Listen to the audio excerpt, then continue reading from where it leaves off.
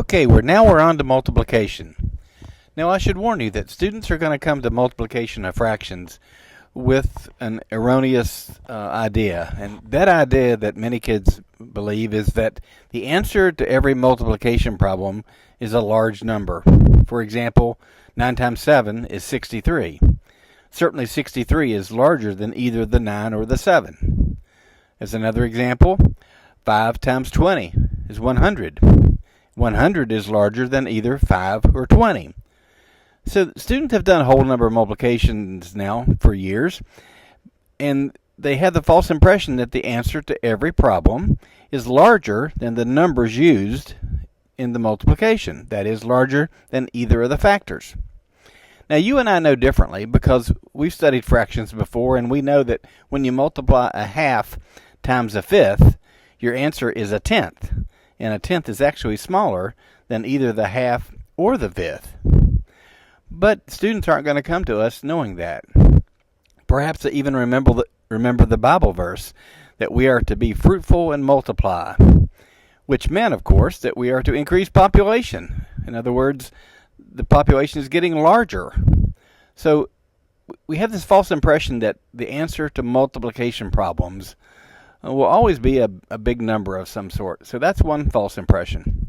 Another issue we have is that the way we may understand multiplication is going to be difficult.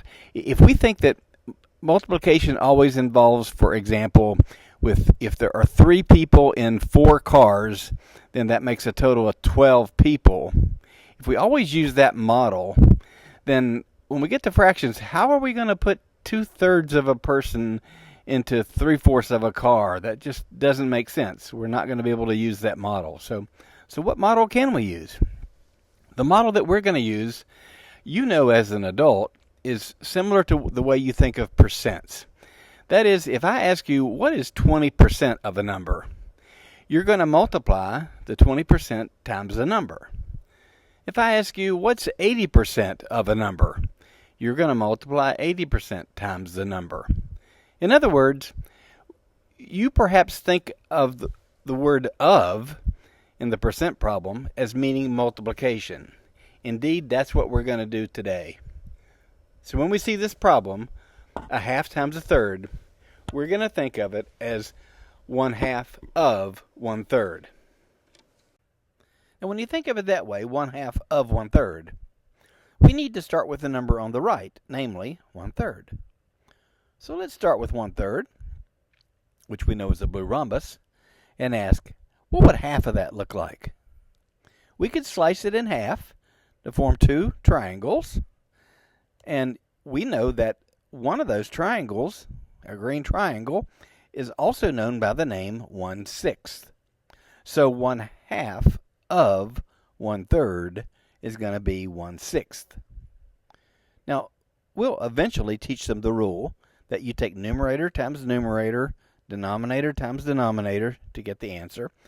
But maybe we won't even have to teach them that rule if we do enough examples with pattern blocks. Maybe they'll catch on to it themselves, which is a lot better. Let's do the same problem in the opposite order. This time I've got 1/3 times 1/2. We're going to read the multiplication as of. What would 1/3 of 1/2 be? Again, when we do it this way, we need to start with the number on the right. Start with the 1/2, which we know is a red trapezoid. What would 1/3 of that look like?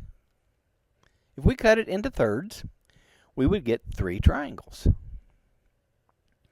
Each of those triangles would be 1/6. So 1/3 of 1/2 is 1/6. The same answer we got from the previous problem, which of course we had to because multiplication is commutative. Let's try a different example. Here I have 2/3 times a half. Again, we'll read the times as of. Again, we'll start with the number on the right. So I'm starting with my 1/2, and I'm asking, what would 2/3 of that look like? Well, if 1/3 of it is a green triangle, then 2/3 of it is going to be 2 green triangles, which we also know as a blue rhombus. So 2/3 of the 1/2 is going to be a blue rhombus, whose synonym is 1/3. Now, I need to make sure you understand this before we go on. In one class period today, we are covering equivalence, addition, subtraction, multiplication, and later division of fractions. There is no way in the world you would ever teach all of those operations in one day to a class of yours. I'm simply showing you how pattern blocks will fit with your curriculum as you go through it. And in our case, it works for multiplication. So let's try a different problem. This one looks a little tougher. It's got a mixed number in there. But again, if we read the multiplication as of, we're asking what would 1/2 of the number on the right be? So here's the number on the right. That's 1 2/3. And we're simply going to take 1/2 of each of the pieces. 1/2 of the yellow is going to be a red. And 1/2 of the blue, 2 blues, is going to be 1 blue. So I'm now showing what 1/2 of the original number would look like. When I put my pieces together to see my answer, it's that familiar Pac-Man shape, which we learned earlier to divide into green triangles. There are 5 of them. So the answer must be 5 6. That's 5 green triangles.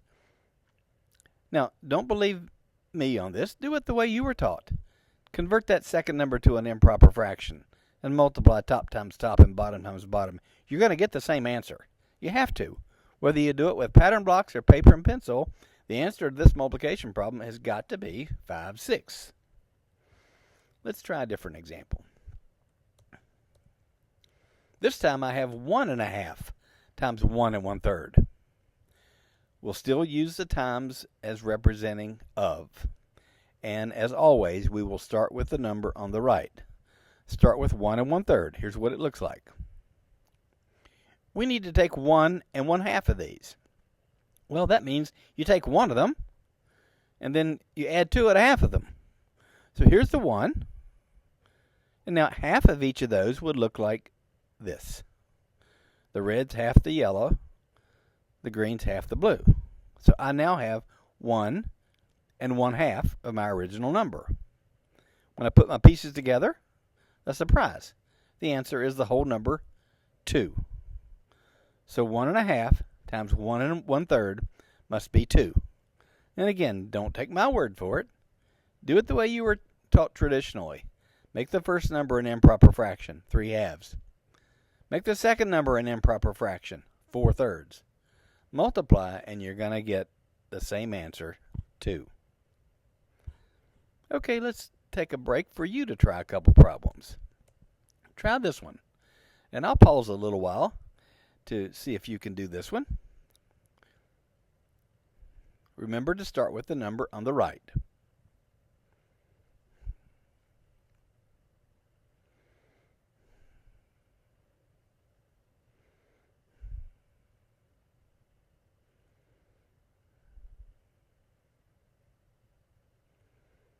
Now, I know I'm not giving you enough wait time. But still, let's start with the number on the right and say to yourself, what would 2/3 of each of these look like?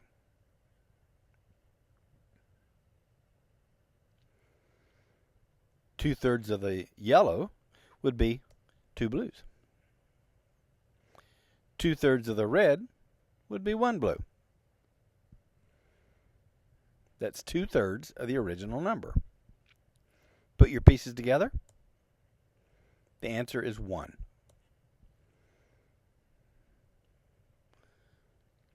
I have another one for you to try.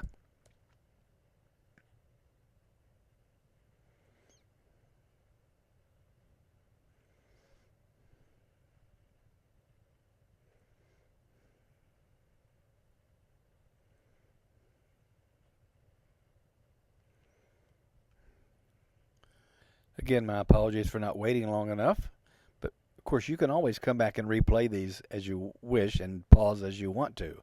That's the advantage of having these recorded. Start with the number on the right, 1 1/2. I need one of these, and I need 1/3 of them. Here's the 1. What would 1/3 of the yellow look like? A blue. What would 1/3 of the red look like? A green. Put your pieces together? Answer's 2. I don't know if you noticed this, but we did this same problem in the opposite direction. That is, we did 1/2 times 1 1/3 a few minutes ago, so it's no surprise that the answer is going to be 2. Okay, we're done with multiplication now. We're going to move on to division next.